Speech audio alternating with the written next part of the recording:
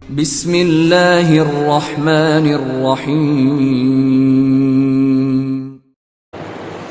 السلام عليكم ورحمة الله وبركاته. الحمد لله رب العالمين، والصلاة والسلام على أشرف المرسلين وعلى آله وصحبه وسلم.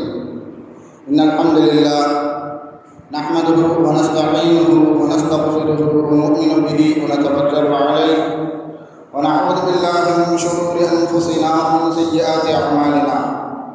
من يهده الله فلا مضل له ومن يضلله فلا هادي له، وأشهد أن لا إله إلا الله وحده لا شريك له، وأشهد أن محمدا عبده ورسوله. قال الله تعالى: يا أيها الذين آمنوا اتقوا الله حق تقاته ولا تموتن إلا وأنتم مسلمون. وقال تعالى أيضا: يا أيها الناس اتقوا ربكم الذي خلقكم من نفس واحدة وخلق منها زوجها وبث منهما رجالا كثيرا ونساء، واتقوا الله الذي تساءلون به والأرحام إن الله كان عليكم رقيبا. وقال تعالى أيضا: يا أيها الذين آمنوا اتقوا الله وقولوا قولا سديدا يصلح لكم أعمالكم ويغفر لكم ذنوبكم، ومن يطع الله ورسوله فقد فاز فوزا عظيما. صدق الله العلي العظيم. قال نبينا صلى الله عليه وسلم: فإن الأصدق الحديث كتاب الله، وخير الهدي هدي محمد صلى الله عليه وسلم، وشر الأمور محدثاتها، وكل محدثة بدعة، وكل بدعة ضلالة، وكل ضلالة في النار.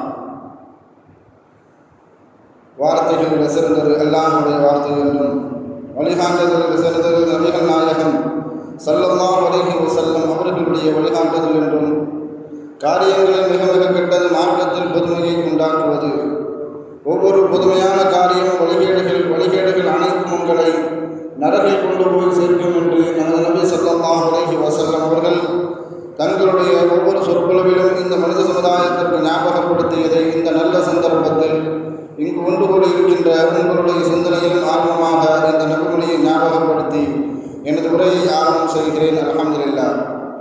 கண்ணியமானவர்களே, அல்லாஹ் நல்லடியார்களே, அல்லாஹ் தஆலா தன்னுடைய ஏகத்துவ கலிமாவை எத்தி வைப்பதற்காக வேண்டி இந்த உலகத்தில் எண்ணற்ற நபிமார்களையும் ரசூல்மார்களையும் அனுப்பி வைத்தான்.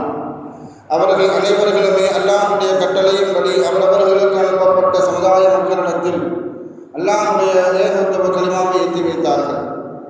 அத்தனை நபிமார்கள் மீதும் ரசூல்மார்களின் மீதும் இறுதியாக வந்த நமது நபி ஸல்லல்லாஹு அலைஹி வஸல்லம் அவர்கள் மீதும் அவர்களுக்கு இறங்கிய இறை செய்தியை கண்ணால் கண்டும் காதால் கேட்டும் அப்படியே ஈமான் கொண்ட உத்தம சத்திய சஹாபாக்கள் சஹாபி பெண்மணிகளின் மீதும் அவர்களுக்கு பின் வந்த தாபீன்கள் தபா தாபீன்கள் இமாம்கள் நல்லோர்களின் மீதும் குறிப்பாக இந்த ஜும்மாவில் அல்லாஹ்வை பற்றியும் அவனுடைய தூதர் முஹம்மது நபி ஸல்லல்லாஹு அலைஹி வஸல்லம் அவர்களை பற்றியும் தெரிந்து கொள்வதற்காக வேண்டி இங்கு ஒன்று கூடியிருக்கின்ற உங்கள் மீதும் என் மீதும் உங்களது குடும்பத்தாரின் மீதும் எனது குடும்பத்தாரின் மீதும் அல்லாஹ்வுடைய சாந்தியும் சமாதானமும் திரு பொருத்தமும் மன்னிப்பும் இன்றும் என்றென்றும் உண்டாவதாக என்று கூறி எனது உரையை ஆரம்பம் செய்கிறேன். அல்ஹம்துலில்லாஹ்.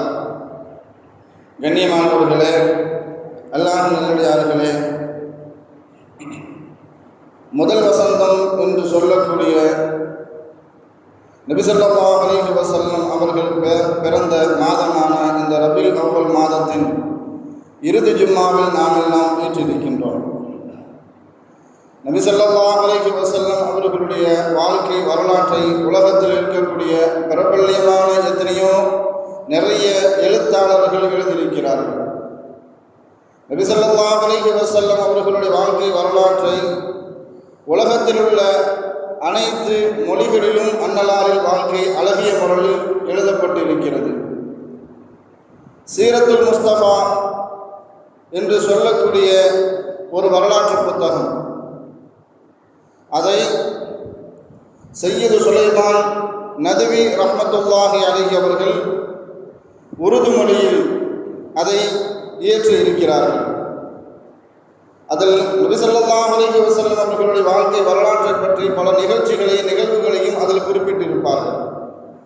அந்த வரலாற்று புத்தகத்தினுடைய முன்னுரையில் அந்த புத்தகத்தினுடைய நோக்கம், அது எதனால் எழுதப்பட்டிருக்கிறது என்பதை பற்றியெல்லாம் அந்த சீரத்துல் முஸ்தபா என்று சொல்லக்கூடிய அந்த வரலாற்று புத்தகத்தினுடைய முன்னுரையில் எழுதியிருப்பார்.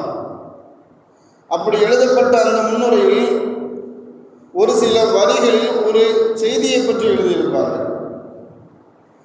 இந்த புத்தகம், அதாவது அந்த வரலாற்று புத்தகம் என்பது ஒவ்வொரு மனிதர்களுக்கும் ஒரு நிலை கண்ணாடியை போன்றது. அந்த நிலை கண்ணாடி என்பது யார் வேண்டுமானாலும் அந்த நிலக்கண்ணாடியை போய் பார்க்க முடியும். உலகத்தில் யாராலும் என்னால் அந்த நிலக்கண்ணாடியை பார்க்க முடியவில்லை என்று யாரும் சொல்ல முடியாது. அந்த நிலக்கண்ணாடி என்பது முஹம்மது ஸல்லல்லாஹு அலைஹி வஸல்லம் என்று சொல்லக்கூடிய அந்த நிலை கண்ணாடி உங்கள் முகத்தை மாத்திரமல்ல, உங்களுடைய அகத்தையும் காட்டும் என்பதாக என்று எழுதியிருப்பார். உலகத்தில் உள்ள அனைத்து மக்களும் அதில் சென்று பார்க்க முடியும். அல்லாஹ் குர்ஆன்ல ஒரு வசனத்தில் குறிப்பிட்டு காட்டுவான், லகத் கான லக்கும் ஃபீ ரசூலில்லாஹி உஸ்வத்துல் ஹஸனா. இந்த வசனத்தை நம்மால் சாதாரணமாக கடந்து செல்ல முடியாது. உலகத்தில் உள்ள எந்த தலைவரும் என்னை பின்பற்றுங்கள் என்று யாரும் சொன்னது கிடையாது. ஆனால் நபி ஸல்லல்லாஹு அலைஹி வஸல்லம் அவர்களுடைய ஒவ்வொரு செயலும் ஒவ்வொரு சொல்லும், அவர்கள் அங்கீகரிக்கப்பட்ட எல்லா செய்திகளும் நம்முடைய பின்பற்றக்கூடியது. இதைத்தான் சுருக்கமாக சையது சுலைமான் நதவி ரஹ்மத்துல்லாஹி அலைஹி அவர்கள் தன்னுடைய புத்தகத்தினுடைய முன்னுரையில் அழகாக சொல்லியிருப்பார். முஹம்மது ஸல்லல்லாஹு அலைஹி வஸல்லம் என்ற அந்த நிலைக்கண்ணாடியில் யார் வேண்டுமானாலும் சென்று பார்க்க முடியும். அது முகத்தை மாத்திரமல்ல, அவர்களுடைய அகத்தையும் சேர்ந்தே காட்டும். உலகத்தில் உள்ள எத்தனையோ தலைவர்கள் சென்று அந்த நிலைக்கண்ணாடியை பார்த்தார்கள், வணிகர்கள் சென்று பார்த்தார்கள். வியாபாரத்தினுடைய அனைத்து நுட்பங்களையும் நுணுக்கங்களையும் தந்திரங்களையும் அது காட்டியது. அரசியல் தலைவர்கள் சென்று பார்த்தார்கள் அந்த நிலைக்கண்ணாடியை. அது அரசியலுடைய அறத்தை அது கற்றுக் கொடுத்தது. சமூக தலைவர்கள் சென்று பார்த்தார்கள் அந்த நிலைக்கண்ணாடியை. ஒரு ஏற்றத்தாழ்வு இல்லாத ஒரு சமூகத்தை எப்படி கட்டமைக்க வேண்டும் என்பதை பற்றி அந்த நிலைக்கண்ணாடி கற்றுக் கொடுத்தது. உலகத்தில் உள்ள எல்லாரும் சென்று பார்த்தது மாதிரி உலக அறிஞர்களும் சென்று அந்த நிலக்கண்ணாடியை பார்த்தார்கள். அறிஞர்கள் என்றால் இஸ்லாம் சார்ந்த முஸ்லிம்கள் சார்ந்த அறிஞர்கள் மாத்திரமல்ல, முஸ்லிம்கள் அல்லாத மாற்றுக் கொள்கையில் இருக்கக்கூடிய யூத அறிஞர்களும் சென்று பார்த்தார்கள், கிறிஸ்தவ அறிஞர்களும் சென்று பார்த்தார்கள். மாத்திரமல்ல, கடவுளே இல்லை என்று சொல்லக்கூடிய கடவுள் மறுப்பு கொள்கை உடைய அறிஞர்களும் சென்று பார்த்தார்கள். ஒவ்வொருவர்களுக்கும் ஒவ்வொரு விதமான செய்திகளை அந்த நிலக்கண்ணாடி காட்டியது. சில அறிஞர்கள் இப்படி எழுதியிருப்பார்கள் அந்த நிலக்கண்ணாடியை பார்த்து தன்னுடைய வரலாற்று புத்தகத்தில், இது போன்ற வரலாறு உலகத்தில் எந்த தலைவருக்கும் இல்லை என்பதாக. இன்னும் சிலர் எழுதியிருப்பார்கள், புகழ்ச்சியை விரும்பாத புகழ் விரும்பாத தலைவர் என்பதாக. இன்னும் சிலர் எழுதியிருப்பார்கள், அரபு தேசம் என்பது போர் பூமி, போர் பூமியாக இருந்த அந்த அரபு தேசத்தை அமைதி பூமியாக இந்த தலைவர், அதாவது முஹம்மது ஸல்லல்லாஹு அலைஹி வஸல்லம் அவர்கள் எப்படித்தான் மாற்றினாரோ என்பதாக சிலர் எழுதியிருப்பார்கள். இன்னும் சிலர் எழுதியிருப்பார்கள், வர்ணாசிரம கொள்கையை, சனாதனத்தினுடைய கொள்கையை வேரோடு அழித்தவர் என்பதாக, பிறப்பினுடைய ஏற்றத்தாழ்வை அடியோடு அது அழித்தவர் என்பதாக ஸல்லல்லாஹு அலைஹி வஸல்லம் அவர்களை குறித்து சில எழுத்தாளர்கள் எழுதியிருப்பார்கள். இன்னும் சிலர் எழுதியிருப்பார்கள், அறிவுக்கும் கலாச்சாரத்திற்கும் ஒன்று சேர்ந்த மதிப்பளித்த தலைவர் என்பதாக.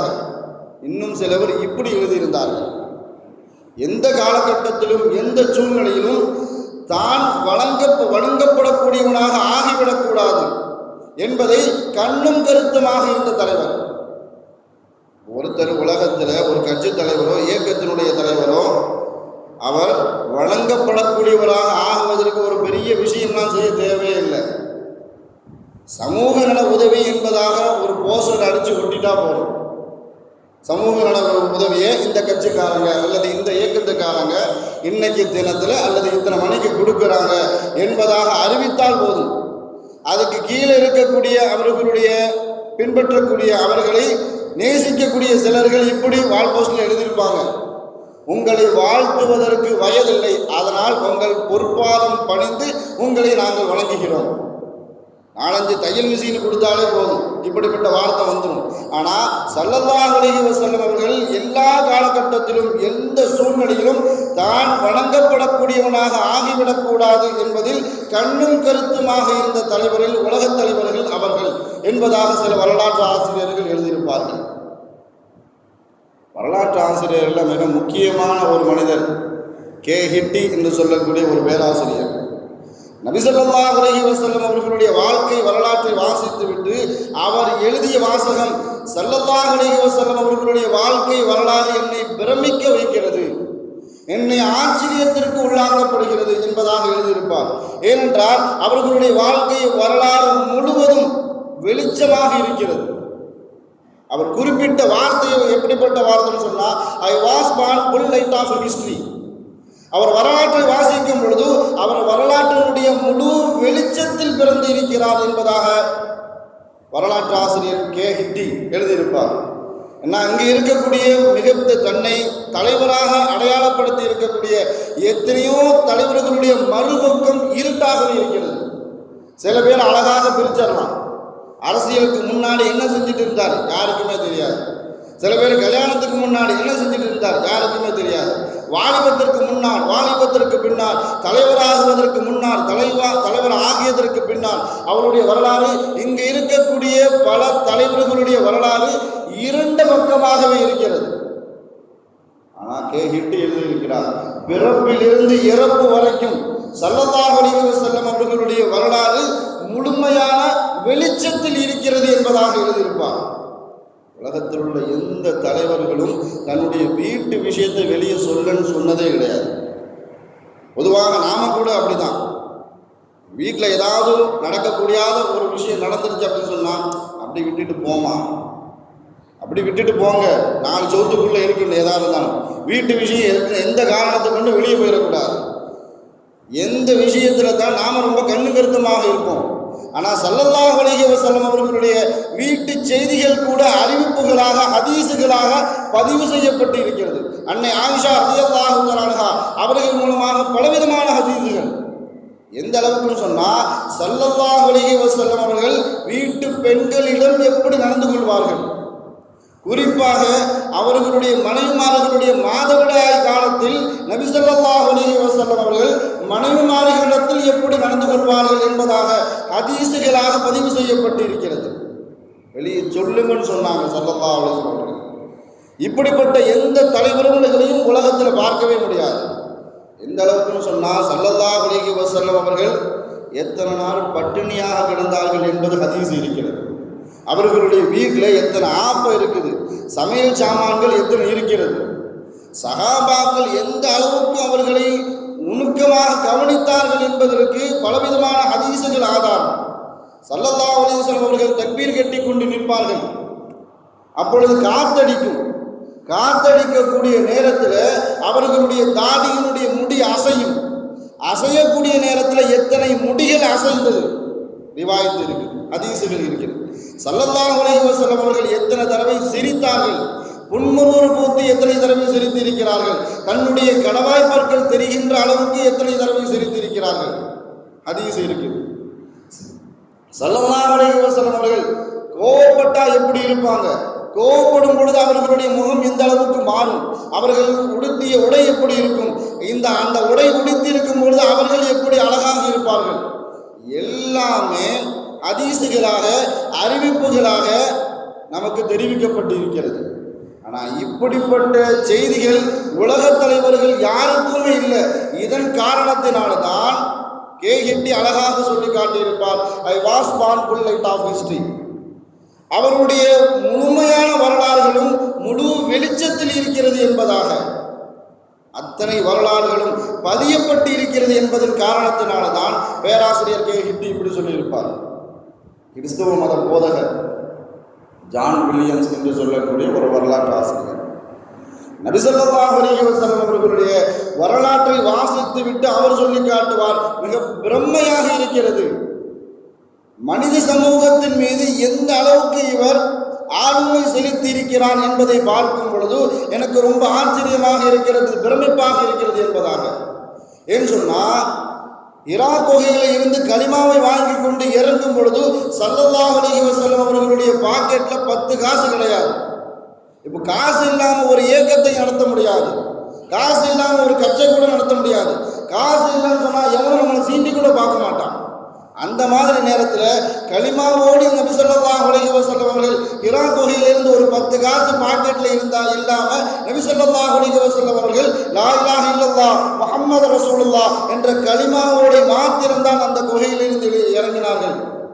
எந்த விதமான ஆயுத பலமோ பலபலமோ எதுவுமே இல்லாமல் ஸல்லல்லாஹு அலைஹி வஸல்லம் அவர்களால் இந்த மனித சமூகத்தின் மீது இவ்வளவு பெரிய ஆளுமையை எப்படி செலுத்த முடிந்தது என்பதாக ஜான் வில்லியம்ஸ் என்று சொல்லக்கூடிய வரலாற்று ஆசிரியர் பிரமிப்பாக எழுதியிருப்பார். மாத்திரமல்ல, தான் கொண்ட கொள்கையில் கடைசி வரைக்கும் உறுதியாக நின்ற தலைவர். உலகத்தில் எத்தனையோ கட்சிகள் இருக்கிறது, மாறுபட்ட கொள்கையினுடைய கட்சிகள் எத்தனையோ இருக்கிறது. கடவுள் இருக்கிறது என்று சொல்லக்கூடிய கட்சிகளும் தமிழ்நாட்டில் இருக்கிறது. கடவுளே இல்லை என்று சொல்லக்கூடிய கட்சிகளும் தமிழ்நாட்டில் இருக்கிறது. தேர்தல் நேரத்தில் அவர்களுடைய கொள்கை கோட்பாடுகளை எல்லாம் மாற்றிவிட்டு கூட்டணி வைத்துக் கொள்வார்கள். என்னப்பா உன் கட்சியினுடைய நிலைமை இப்படி இல்லை, உன் கட்சியினுடைய கொள்கை கடவுள் இல்லை என்று சொல்லக்கூடிய கொள்கை உன்னுடைய கொள்கை, கடவுள் இருக்குது என்று சொல்லக்கூடிய கொள்கை உன் கொள்கை, 2 பேர் எப்படி கூட்டணி வைத்துக் கொள்கிறீர்கள் என்பதாக கேட்டால் மக்கள் நலனுக்காக வேண்டி, தொண்டர்களுடைய கோரிக்கைக்காக வேண்டி நாங்கள் வைத்திருக்கிறோம் என்பதாக தன்னுடைய கொள்கை கோட்பாடுகளை மாற்றிவிட்டு சென்று விடுவார்கள். ஆனால் கடைசி வரைக்கும் கொண்ட கொள்கையில எல்லா நேரத்திலும் உறுதியாக நின்ற தலைவர் ஸல்லல்லாஹு அலைஹி வஸல்லம் அவர்கள். ஒரு காட்டரபி நபி ஸல்லல்லாஹு அலைஹி வஸல்லம் அவர்களுடைய வீட்டு வாசல்ல நின்று கொண்டு அழைப்பார், யா முஹம்மத் ஸல்லல்லாஹு அலைஹி வஸல்லம் உஹ்ருஜ் இலைனா, கொஞ்சம் வீட்டை விட்டு வெளியே வாங்கன்னு சொல்லுவார். ஒரு கிராமவாசி நபி ஸல்லல்லாஹு அலைஹி வஸல்லம் அவர்கள் வெளியில பார்ப்பாங்க. வெளியில பார்த்த உடனே அந்த அரபி அந்த கிராமவாசி தொடர்ச்சியாக கேட்பார், சலாத்துமின் கிளம் ஆஃபகம், நீங்கள் சொல்லக்கூடிய செய்திகளில் 3 விஷயம் எனக்கு விளங்கலை, நீங்கள் சொல்கிற விஷயத்தில் 3 விஷயம் எனக்கு விளங்கலை என்பதாக அந்த கிராமவாசி நபி ஸல்லல்லாஹு அலைஹி வஸல்லம் அவர்களிடத்தில் பேச்சு கொடுப்பாங்க. நான் சொல்கிற விஷயம் என்ன விஷயம் உங்களுக்கு விளங்கலை என்பதாக ஸல்லல்லாஹு அலைஹி வஸல்லம் அவர்கள் திரும்ப கேட்பாங்க. அந்த கிராமவாசி தொடர்ச்சியாக பேசுவார், நீங்கள் மக்களிடத்தில் இப்படி பரப்புரை செய்கிறீர்கள். எப்படிப்பட்ட பரப்புரைன்னு சொன்னால், இந்த அரபு தேசம் முழுவதும் இஸ்லாமிய மயமாக்கப்பட்டு இந்த அரபு தேசம் முழுவதும் முஸ்லிம்களாக ஆகி இஸ்லாமியர்களாக பரப்பி இருப்பார்கள், பரவுவார்கள் என்பதாக மக்களிடத்தில் நீங்கள் பரப்புரை செய்கிறீர்கள். இது நடக்குமா, இது உண்மையா என்பதாக ஸல்லல்லாஹு அலைஹி வஸல்லம் அவர்களிடத்தில் அந்த கிராமவாசி கேட்கிறார். கண்டிப்பாக நடக்கும், இது கண்டிப்பாக நடக்கும் என்பதாக ஸல்லல்லாஹு அலைஹி வஸல்லம் அவர்கள் சொல்லி காட்டுகிறார்கள். அப்போ அந்த அரபி காட்டரபி தொடர்ச்சியாக கேட்கிறாரு, அது எப்படி நடக்கும்?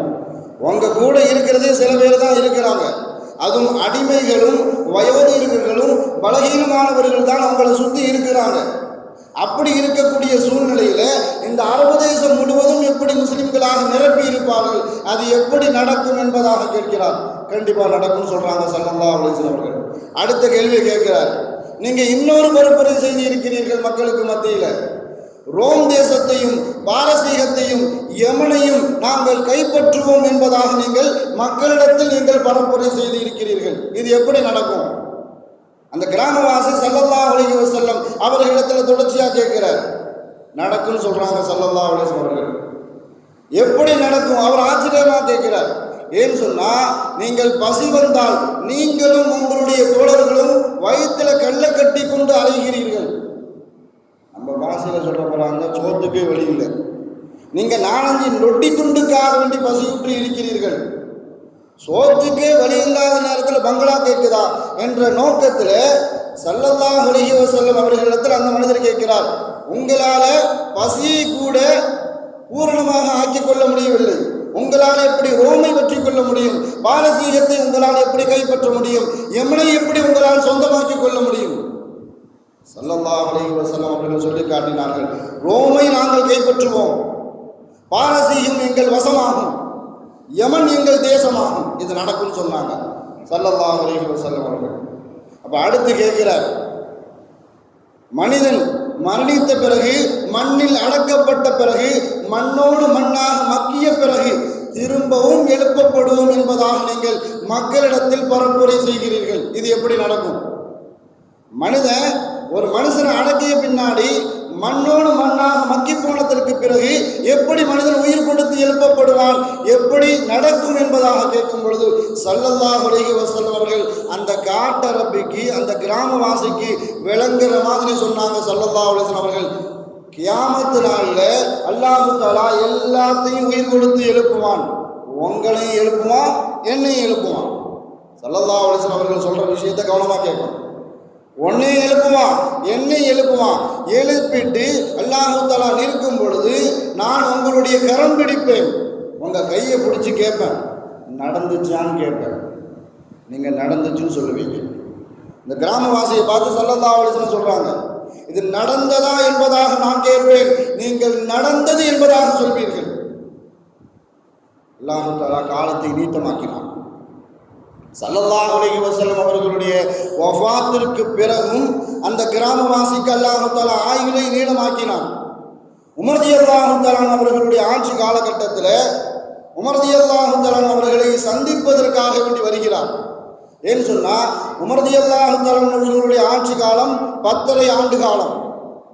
8.5 ஆண்டு காலகட்டத்திலேயே இவர் கேட்ட 2 கேள்வி அப்பொழுது நடந்து முடிந்திருந்தது. அரபு தேசம் முழுவதும் இஸ்லாமிய மயம், ரோம், பாரசீகம், யமன் இஸ்லாமியனுடைய கட்டுப்பாட்டில். 2ஐயும் கவனித்தவர் அவர் நினைச்சுக்கிட்டாரு, ஸல்லல்லாஹு அலைஹி வஸல்லம் அவர்களிடத்தில் நாம கேள்வி கேட்டோம், 2 நடந்துருச்சு அப்படின்னா 3வது நடக்கும், நாம் முஸ்லீம் ஆகிட்டோம் என்ற எண்ணத்தில் உமர் ரலியல்லாஹு தஆலா அவர்களை சந்திப்பதற்காக வேண்டிய அந்த கிராமவாசி வரார். இவர் வருகையை பார்த்த உமர் ரலியல்லாஹு தஆலா அவர்கள் அவரை அடையாளம் கண்டு கொண்டு தன்னுடைய இருக்கையில் இருந்து எழுந்து அவரை வரவேற்பதற்காக வேண்டி உமர் ரலியல்லாஹு தஆலா அவர்கள் எழுந்திருத்து செல்கிறார்கள். குழுமி இருந்த மக்களுக்கெல்லாம் ஆச்சரியம். ஒரு கிராமவாசி வராரு, அவருக்கு பெரிய அளவுக்கு முக்கியத்துவம் கொடுத்து கலீஃபா எழுந்திருச்சு போகணுமா? யாரையாவது கூப்பிட்டு அவரை அழைத்து வாருன்னு சொன்னால் யாராவது போய் கூப்பிட்டு வந்துடுவாங்க. அந்த மாதிரி தான் அவருடைய சூழல். இருந்தாலும் கலீஃபாவை எழுந்திருத்து போய் அந்த கிராமவாசியை அழைத்து கொண்டு வரும் பொழுது காரணம் கேட்கிறாங்க. உமர் ரலியல்லாஹு எதுக்காக வந்திருக்கிறீங்க அப்படின்னு கேட்குறாங்க. ஏன்னு சொன்னால் இவர் அந்த 3 கேள்வி கேட்கும் பொழுதும் உமர் ரலியல்லாஹு தஆலா அவர்கள் உடன் இருந்தவர்கள். அவர் சொல்றார், நான் முஸ்லீமாகும், நான் இஸ்லாத்தை ஏற்றுக்கொள்வதற்காக வந்திருக்கிறேன், உங்கள் கரம் பிடித்து நான் முஸ்லீமாக வேண்டும் என்பதற்காக நான் வந்திருக்கிறேன் என்று சொல்லும் பொழுது உமர் ரலியல்லாஹு தஆலா அவர்கள் அந்த காட்டரபிக்கு, அந்த கிராமவாசிக்கு கலிமாவை சொல்லிக் கொடுக்குறாங்க. சொல்லிக் கொடுத்துட்டு கொஞ்சம் தூரம் சென்று அவர்களை வழி அனுப்பி விட்டு வந்தார்கள். உமர் ரலியல்லாஹு தஆலா அவர்களுடைய இந்த செயல்பாட்டை கவனித்த குழுமியிருந்த மக்கள் எல்லாம் கலீஃபா அவர்களிடத்தில் ஆச்சரியமாக கேட்கிறாங்க. வந்தவர் காட்டரபி, ஒரு கிராமவாசி, அவருக்கு நீங்கள் இந்த அளவுக்கு முக்கியத்துவம் கொடுக்க வேண்டிய அவசியம் இல்லை. நீங்கள் இந்த அளவுக்கு முக்கியத்துவம் கொடுக்குறீங்கன்னா காரணம் இருக்கும். அது மாத்திரமல்ல, அவர் இஸ்லாத்தை ஏற்றுக்கொள்வதற்காக வந்திருக்கிறார், மாற்று கருத்து இல்லை. 10ஓடு 11 இதுக்கு நீங்கள் இவ்வளவு முக்கியத்துவம் கொடுக்கணுமா என்பதாக கலீஃபா அவர்களிடத்தில் கேட்கும் பொழுதும் உமர் ரலியல்லாஹு தஆலா அவர்கள் சொல்லி காட்டினார்கள். அவர் ஸல்லல்லாஹு அலைஹி வஸல்லம் அவர்களிடத்தில் 3 கேள்வி கேட்டார். அது 3வது கேள்வி என்னன்னு சொல்லி உங்களுக்கு தெரியுமா? 3வது கேள்வி என்னன்னு சொன்னா, மனிதன் மரணித்த பிறகு மண்ணோடு மண்ணாக மக்கிய பிறகு எப்படி உயிர் கொடுத்து எழுப்பப்படுவோம் என்ற கேள்வி கேட்கும் பொழுது நான் உடன் இருந்தேன். ஸல்லல்லாஹு அலைஹி வஸல்லம் அவர்கள் சொல்லி காட்டினார்கள். இது நடந்ததா என்பதாக அவர் கரம் பிடித்து ஸல்லல்லாஹு அலைஹி வஸல்லம் அவர்கள் கேட்பார்கள் என்பதாக சொன்னார்கள். இவரும் நடக்கும் நடந்தது என்பதாக சொல்லி காட்டுவார். சொல்லிட்டு இவர் இஸ்லாத்தை ஏற்றுக்கொள்வதற்காக வேண்டி வந்திருக்கிறார். அது மாத்திரமல்ல, அவருடைய ஈமானோடு எனக்கு தொடர்பு இருக்கிறது. அது மாத்திரமல்ல, ஸல்லல்லாஹு அலைஹி வஸல்லம் அவர்கள் கரம் பிடித்த யாரும் நரகவாசி இல்லை. ஸல்லல்லாஹு அலைஹி வஸல்லம் அவர்கள் கியாமத்தில் ஒருவருடைய கரம் பிடிக்கிறார் என்று சொன்னால் அவர் நரகவாசியாக இருப்பதற்கு வாய்ப்பில்லை. அவர் சொர்க்கவாசி. ஒரு சொர்க்கவாசியினுடைய ஈமானோடு அல்லாஹ் தஆலா எனக்கு தொடர்பை ஏற்படுத்தி இருக்கிறான் என்றால் அவருக்கு நான் கண்ணியம் கொடுக்கணுமா வேண்டாமா? அவரை நான் கண்ணியம் செலுத்த வேண்டுமா வேண்டாமா என்பதாக குழுமி இருக்கிற மக்களிடத்தில் கலீஃபா உமர் ரலியல்லாஹு தஆலா அவர்கள் கேட்டார்கள். கடைசி வரைக்கும் ஸல்லல்லாஹு அலைஹி வஸல்லம் அவர்கள் தான் கொண்ட கொள்கையில் உறுதியாக நின்ற தலைவர். இதன் காரணத்தினால் தான் ஜான் வில்லியம்ஸ் சொல்லி காட்டுவார், அவருடைய வரலாற்றை வாசிக்கும் பொழுது எனக்கு பிரமிப்பாக இருக்கிறது, ஆச்சரியமாக இருக்கிறது. மனித குலத்தின் மீது, மனித சமுதாயத்தின் மீது இந்த அளவுக்கு இவ்வளவு பெரிய ஆளுமையை அவரால் எப்படி ஆளுமை செலுத்த முடிந்தது என்பதை பார்க்கும் பொழுது எனக்கு ஆச்சரியமாக இருக்கிறது என்பதாக குறிப்பிட்டு காட்டுவார். உலகத்தையே சுற்றி வந்த நெப்போலியன் அவர் சொன்ன கருத்து, உலகத்தில் உள்ள எல்லா நாடுகளையும் சுற்றி வந்த நெப்போலியன் எந்த நாட்டில் என்ன பிரச்சனை என்பதை தெரிந்து கொண்ட நெப்போலியன் அவர் சொல்லி காட்டினார். முஹம்மது ஸல்லல்லாஹு அலைஹி வஸல்லம் அவர் மாத்திரம் இன்று உயிரோடு இருந்திருந்தால் உலகத்தில் நடக்கக்கூடிய அனைத்து பிரச்சனைகளுக்கும் தீர்வை சொல்லியிருப்பார்கள். எந்த நாட்டில் என்ன பிரச்சனை போயிட்டு இருக்கிறது என்பதை நன்றாக தெரிந்த நெப்போலியன், உலகத்தை ஆளுமை செலுத்திய எத்தனையோ தலைவர்கள் உண்டு, எத்தனையோ ஆளுமை சக்திகள் உண்டு.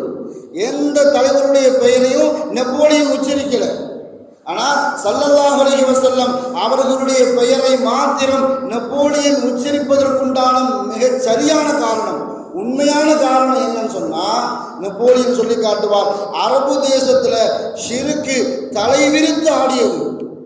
இணை வைப்பு கொள்கை என்பது அரபு தேசத்துல தலைவிரித்து ஆடியது. மது ஆறாக ஓடிக்கொண்டிருந்தது. விபச்சாரம் அந்த அளவுக்கு அனுமதிக்கப்பட்டிருந்தது. மனித குலத்திற்கு எதுவெல்லாம் தீங்காக இருந்ததோ அனைத்து தீமைகளும் அரபு தேசத்தில் தலைவிரித்து ஆடிய அந்த நேரத்தில் முஹம்மது என்ற அந்த தலைவர் ஸல்லல்லாஹு அலைஹி வஸல்லம் அந்த தேசத்தில் மனித குலத்திற்கு எதுவெல்லாம் தீங்காக இருந்ததோ அனைத்தையும் அழித்து காட்டிய தலைவர் அவர். கிட்டத்தட்ட 23 ஆண்டு காலத்தில், அதிலும் குறிப்பாக 10 வருஷத்துல எந்த தீமைகளும் இல்லாமல் அரபு தேசத்தை விட்டு அழித்த தலைவர். இணை வைப்புன்னு சொன்னா அப்படி இப்படி இணை வைப்புலாம் கிடையாது. இப்போ நாங்கள் தான் சரியான கொள்கையில் இருக்கிறோம், நாங்கள் தான் ஏகத்துவத்தை சரியாக சொல்லிக் கொண்டிருக்கிறோம் என்பதாக உலக மன்றத்தில் பிரச்சாரம் செய்து கொண்டு கிட்டத்தட்ட ஒரு 4-5 வருஷத்துக்கு முன்னாடி ஷிர்க் ஒழிப்பு மாநாடு அப்படின்னு சொல்லி கொண்டு நடத்துகிறாங்க.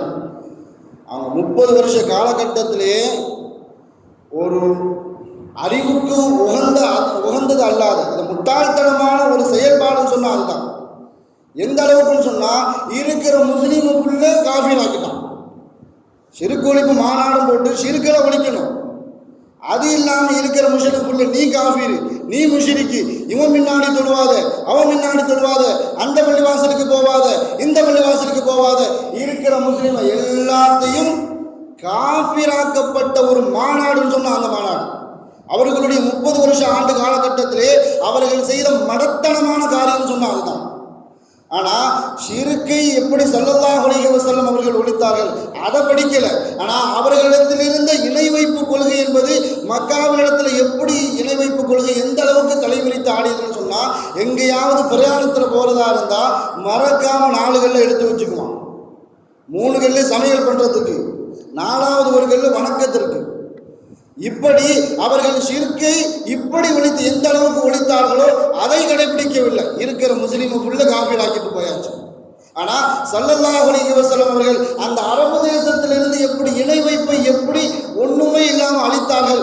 அதன் காரணத்தினால் நெப்போலியன் சொன்ன ஒரே ஒரு வார்த்தை, அவரை கொண்டாங்கப்பா.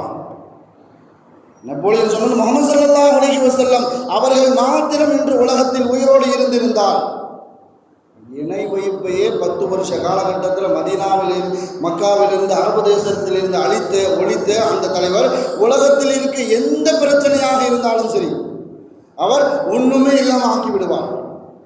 மது ஒழிப்பு கொள்கைன்னு சொல்லி எத்தனையோ தலைவர்கள், எத்தனையோ அரசியல் கட்சிகள் ஆட்சிக்கு வர்றதுக்கு முன்னாடி சொல்கிறோம், முதல் கையெழுத்து வந்த உடனே நான் என்ன செஞ்சிருவேன், மது ஒழிப்பை அமல்படுத்திடுவேன், நாங்கள் கூட்டணி கட்சியில் இருந்து கொண்டே நாங்கள் அந்த ஆட்சியாளருக்கு எதிராக நாங்கள் பிரச்சாரம் செய்கிறோம் என்பதாக சும்மா பேட்டி கொடுத்து கொண்டு இருக்கிறார்கள். ஆனால் ஸல்லல்லாஹு அலைஹி வஸல்லம் அவர்கள் எந்த அளவுக்கு மது ஒழிப்புக்கு தீவிரமாக காட்டினார்கள் சொன்னால், ஸல்லல்லாஹு அலைஹி வஸல்லம் அவர்கள் 10 ஆண்டு காலகட்டத்தில் சஹாபாக்கள் அப்படி மதுவிலேயே மூழ்கி போயிருந்தாங்க. அந்த மாதிரி சஹாபாக்கள் எல்லாம் தங்களிடத்தில் இருந்த வீட்டில் இருந்த மது தேசாக்களை உடைக்க வைத்த தலைவர் முஹம்மது ஸல்லல்லாஹு அலைஹி வஸல்லம்.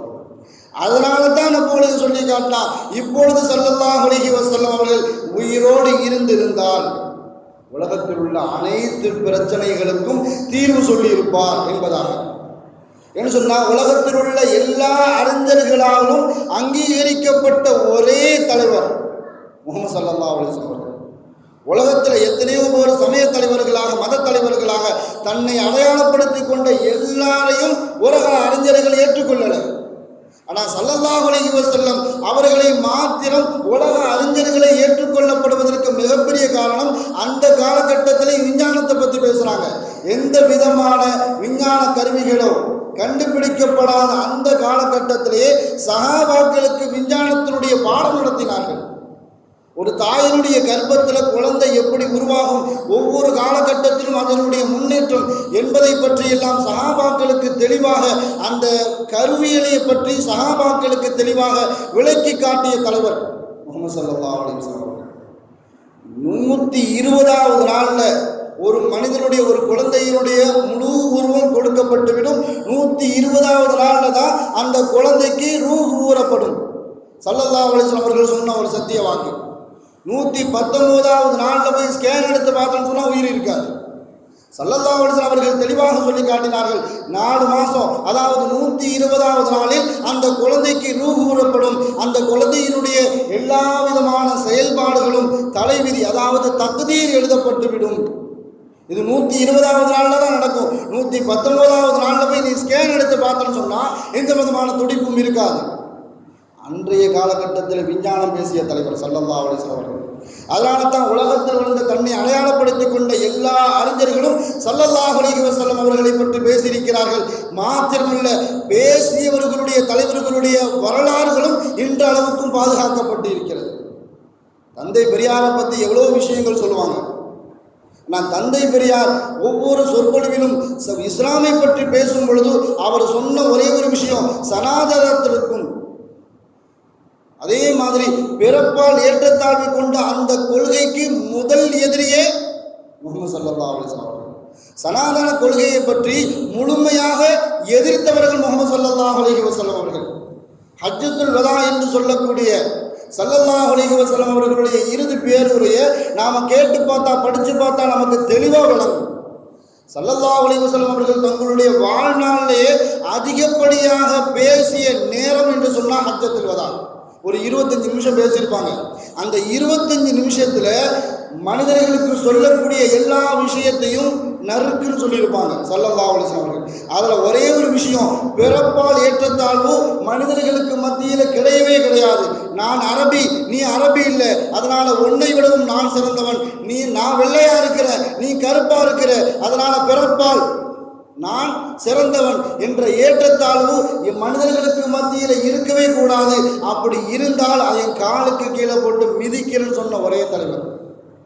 அந்த காலகட்டத்திலே வர்ணாசிரம கொள்கைக்கும் சனாதனத்தினுடைய கொள்கைக்கும் எதிர்ப்பாக மக்களுக்கு மத்தியில் பிரச்சாரம் செய்த தலைவர். அதனால தான் தந்தை பெரியார் முஹம்மது ஸல்லல்லாஹு அலைஹி வஸல்லம் அவர்களை பற்றி குறிப்பிட்டு காட்டும் பொழுது சனாதனத்தினுடைய கொள்கைக்கும் வர்ணாசிரம கொள்கைக்கும் முதல் எதிரியே முஹம்மது ஸல்லல்லாஹு அலைஹி வஸல்லம் அவர்கள். எப்படி உலக அறிஞர்களும் உலக தலைவர்களும் ஸல்லல்லாஹு அலைஹி வஸல்லம் அவர்களுடைய வரலாற்றை படித்து பின்பற்றுவதற்கு முயற்சி செய்தார்களோ, அதே போன்று அல்லாஹு தஆலா நாமும் அவர்களுடைய வரலாற்றை முழுமையாக படித்து பின்பற்றக்கூடிய நல்ல உம்மத்தில் அல்லாஹு தஆலா உங்களையும் என்னையும் ஆக்கி அருள் புரிவானாக. வாழும் காலமெல்லாம் மருத்துவமனை கஷ்டங்கள், அதன் செலவுகள், சிரமங்கள் அனைத்தையும் விட்டும் அல்லாஹ் தஆலா நம்மை முழுமையாக பாதுகாப்பானாக. வாழும் காலமெல்லாம் நோய் நொடிகள் இல்லாமல் உடல் ஆரோக்கியத்தோடு மன நிறைவோடு இன்பத்தோடு அல்லாஹ்வை நின்று வணங்கி வழிபட்டு வாழும் நசீபை எல்லாம் அந்த அல்லாஹ் உங்களுக்கும் எனக்கும் நம்மை ஈண்டெடுத்த தாய் தந்தையர்களுக்கும் நம் மனைவி மக்கள் உற்றார் உறவினர் யாவருக்கும் கொடுத்து அருள் புரிவானாக என்று கூறி எனது வார்த்தையை நிவர்த்தி செய்கிறேன். வாஹிர் தாவானா அல்ஹம்துலில்லாஹி ரப்பில் ஆலமீன். அஸ்ஸலாமு அலைக்கும் வரஹ்மத்துல்லாஹி வபரகாத்துஹு.